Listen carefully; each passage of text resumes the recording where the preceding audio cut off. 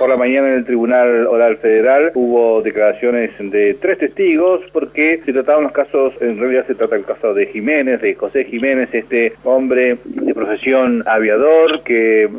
tuvo una hija que fue secuestrada y asesinada en la represión de Estado, fue secuestrado en Chipoleti, estuvo en coordinación federal en lo que es la Policía Federal en Capital Federal, estuvo a disposición del Poder Ejecutivo Nacional, recuperó su libertad en el 82 y posteriormente, cuando llega acá, se dedica también a ser periodista, fue corresponsal en Centenario de Río Negro y falleció en el año 2000. Su caso se trató en esta jornada de mañana con los testimonios de Isidoro Soto y también de Susana Mordazzini, quienes reconocieron que él fue detenido, al menos en el caso de Soto, un hombre de 88 años que se recordaba muy poco, y en el caso de Mordazzini es un testimonio que me pareció muy creíble. Es una docente de 51 años que fue detenida aquí en Neuquén cuando tenía 16 años, y la casualidad también da que el otro testimonio que vino fue la madre de Filipis, también un chico de 16 años que fue detenido por la policía y luego estuvo en la escuelita. Mordazzini no es denunciante, declaró a partir de este pedido público que se hizo sobre testigos, sobre los casos que se estaban investigando, se presentó a declarar en el 2008 y contó, relató su historia de cuando fue detenida por las Fuerzas Armadas al mando del subteniente Alfredo Durán cuando allanaron la casa de sus abuelos. Se encontraba aquí de vacaciones, luego de permanecer en la alcaidía, de llevada al batallón, del batallón a la U9, de la U9 como era menor y mujer no la podían tener,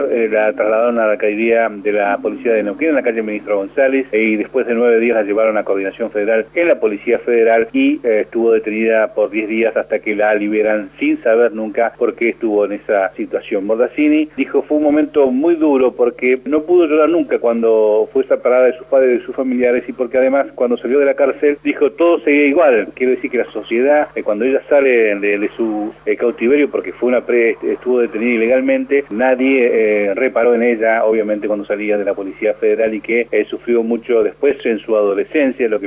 que le tocó pasar. Los casos también que se trató fue el de Filipis, declaró su madre Teresa, quien dijo cómo cómo se enteró de la detención de su hijo, que estuvo detenido en la escuelita y que sufrió mucho con la tortura. Tenía 16 años y dice aún tiene las marcas en sus manos de cómo era detenido en el camastro allí en la escuelita, donde bueno, también en su declaración habla de sus compañeros de cautiverio. Dijo: me entregaron muy mal a mi hijo cuando estuvo en la escuelita, que tampoco saben muy bien por qué estuvo en ese lugar. Por la tarde lo más importante fue la declaración de Raúl Radonich, el ex diputado provincial, actual funcionario del ANSES, quien presentó una extensa declaración acerca de lo que le ocurrió a él en el año 77. En enero del 77 Raúl Radonich es detenido por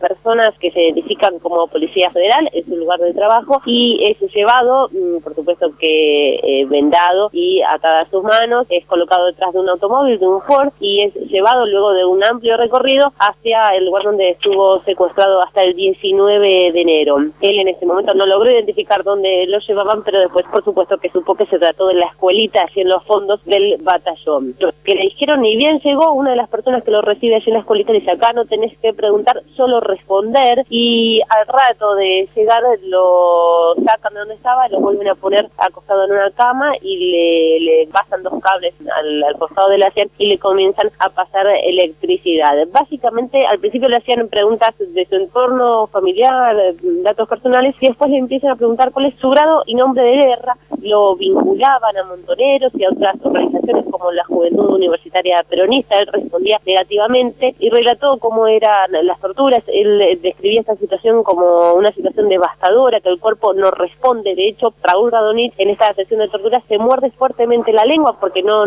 podía manejar su cuerpo y se hace una herida bastante profunda, la tenía como perforada, incluso eso le impedía comer en los días siguientes. Estuvo un buen rato en esa sesión de torturas, lo consultaban, no específicamente sí, pero sobre su participación en algunas organizaciones como Montoneros o la JUP, y también le preguntaban por algunos de sus compañeros en La Plata, en la facultad, por ejemplo Carrañi. Hay que recordar que Raúl Radonich estuvo hasta el 75 estudiando psicología en la Universidad Nacional de La Plata, y después en el 76, a principios del 76, es convocado para realizar el servicio militar obligatorio, con lo cual en el 76, a los pocos días de salir, él sale más o menos en noviembre, bueno, en enero lo secuestran y lo llevan estos 6-7 días allí a la escuelita. Después de esta primera sesión de tormentos, uno de sus torturadores le dice: todo depende de vos, a la tarde vamos a seguir y si seguimos o no con máquinas depende de vos. Él se quedó con esa situación de incertidumbre y de miedo, pero a pesar de esa amenaza no lo volvieron a sacar para la sala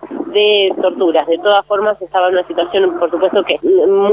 con mucho miedo, y además uno de los datos que arrojó fue que se escuchaba ahí en la escuelita una radio muy fuerte, que la solían tener con un volumen fuerte para tapar, ¿no es cierto?, los gritos de los torturados, y tenía el momento el EU5 y él pudo escuchar cómo se leía el pedido de su paradero que habían dejado sus padres, es decir, que sus padres habían ido a todos los medios, no solo al EU5, pero sí a Presiete, a los diarios y a la radio, a hacer este pedido por el paradero de Raúl Radonich, que estaba desaparecido desde el 13 de enero a la mañana. Así que él pudo ahí, incluso a través de la radio, podía darse cuenta también del día y del horario. Eso lo relató claramente. Y también dice que, por ejemplo, cuando no estaba la radio, a veces ponían un tema que era Libre de Nino Bravo. Dijo, creo que que era también la elección de ese tema. Bueno,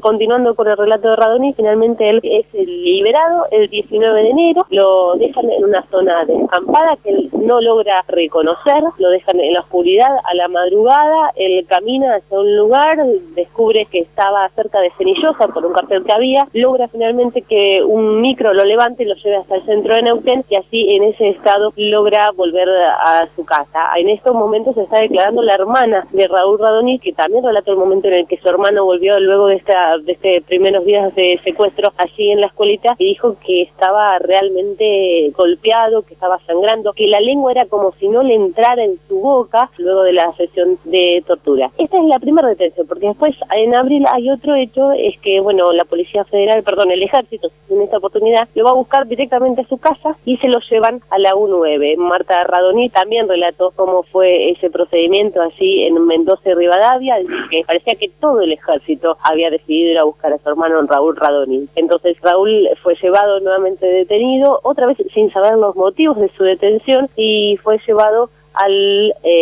la unidad 9, donde estuvo detenido ya a disposición del Poder Ejecutivo Nacional, y por ejemplo se le permitían recibir visitas a junio del 77. Allí pudo reconocer a compañeros, incluso a uno con quien él compartió su detención en la escuelita. Se trata de Jiménez. Él lo logra identificar en la escuelita y después por la voz lo logra identificar también en la U9, porque además este hombre Jiménez le dice: vos sos el de la lengua. Entonces ahí se identifican. Pero también, bueno, habló de Jorge Ruiz, de Jorge de Filippi, este chico jovencito que además les contó la situación de Albanesi. Albanesi es ese hombre que murió